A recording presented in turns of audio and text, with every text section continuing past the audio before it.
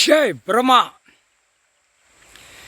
டெல்லி மகாராஷ்டிராவில் ஃபுல்லாகவே குஜராத் வரைக்கும் ரொம்ப சீரழிவான். பிரதமர்லேருந்து மந்திரி, குடியரசுத் தலைவர், ஜனாதிபதி எல்லாமே சுப்ரீம் கோர்ட் கணக்கு எடுக்கார். ரொம்ப பாவத்தை செஞ்சு வச்சுருக்கான். இந்த கணக்கு அவர் எடுக்கணும். அதுக்கு ஒரு சத்திய வாக்கு. கடைசி அத்தியாயத்தில் இந்த கணக்கு சுப்ரீம் கோர்ட் கணக்கு எடுக்கையில் நீ தண்டனை கொடு அப்படிங்கிற கணக்கு. எல்லா வழக்கு ஆடுறது ஓடுறது எல்லாமே பாவத்தை செஞ்சால் அவங்கவுங்க குடும்பத்தில் பாதிக்கும். ரொம்ப பாதிக்கும்னா கண்டிப்பாக அந்த பாவத்தை திருப்பி அந்த பவரை விடுதார். நீ செஞ்ச பாவத்தை நீயே அனுபவிச்சுக்கோடா அப்படின்னு அவன் குடும்பம் பேரம் பேத்தி வரைக்கும் தத்தளிக்க விடுவார். முக்கால் சத்தியம். ஆஸ்பத்திரி டாக்டர் எவ்வளோ பாவத்தை செய்தான், எவ்வளோ ஆடு மாடு கோழி பறவைகளை அறுத்து அந்த பாவத்தை செய்தான். அந்த மாதிரி நடக்கும்.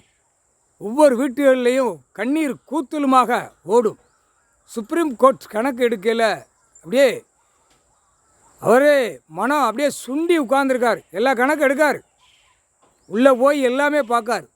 ஒவ்வொரு நீதிமன்றத்துக்கும் 10 கோர்ட்டு, 13 கோர்ட்டு, 15 கோர்ட்டு, 20 கோர்ட்டு இருந்தால் ஒரு நிமிடத்தில் கணக்கு எடுத்து முடிச்சிருவார். எல்லாமே எடுப்பார்.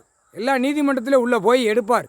தப்பு செஞ்சிருந்தால் தக்க தண்டனை கிடைக்கும். தக்க தண்டனை கொடுப்பார். தக்க தண்டனை அனுபவிச்சு ஆகணும். தக்க தண்டனை பேரன் பேத்தி மகன் கொள்ளு பேரன் செடி பேத்தனை இருந்தால் எல்லாமே அனுபவிச்சுத்தான் தீரணும். இனிமே சூட்டிப்பாக இருக்கும், விறுவிறுப்பாக இருக்கும். முக்கால் சத்தியம். ஒவ்வொரு குடும்பத்திலையும் கண்ணீர் கூத்தலுமாக ஓடும். இறைவன் கடவுள் கொடுத்தது பூமியில் விவசாயம், இருக்கிற ஆடை இடம் அதான் கொடுத்துருக்கார். கடவுள் கொடுத்தது சத்தியவாக்கிலே அதான் இருக்குது. மோசத்தில் விட்டுட்டான் பேப்பரை விட்டு. அரசியல்வாதி குடும்பம் எல்லாமே அழிஞ்சு போகும். ஒன்றும் இராது. அந்த டைம் வரும். முக்கால் சத்தியம்.